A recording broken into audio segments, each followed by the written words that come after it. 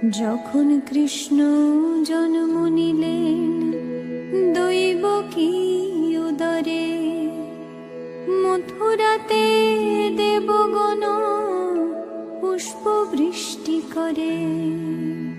বসুদেব রাখিয়া আইলেন নন্দের মন্দিরে, নন্দের আলয়ে কৃষ্ণ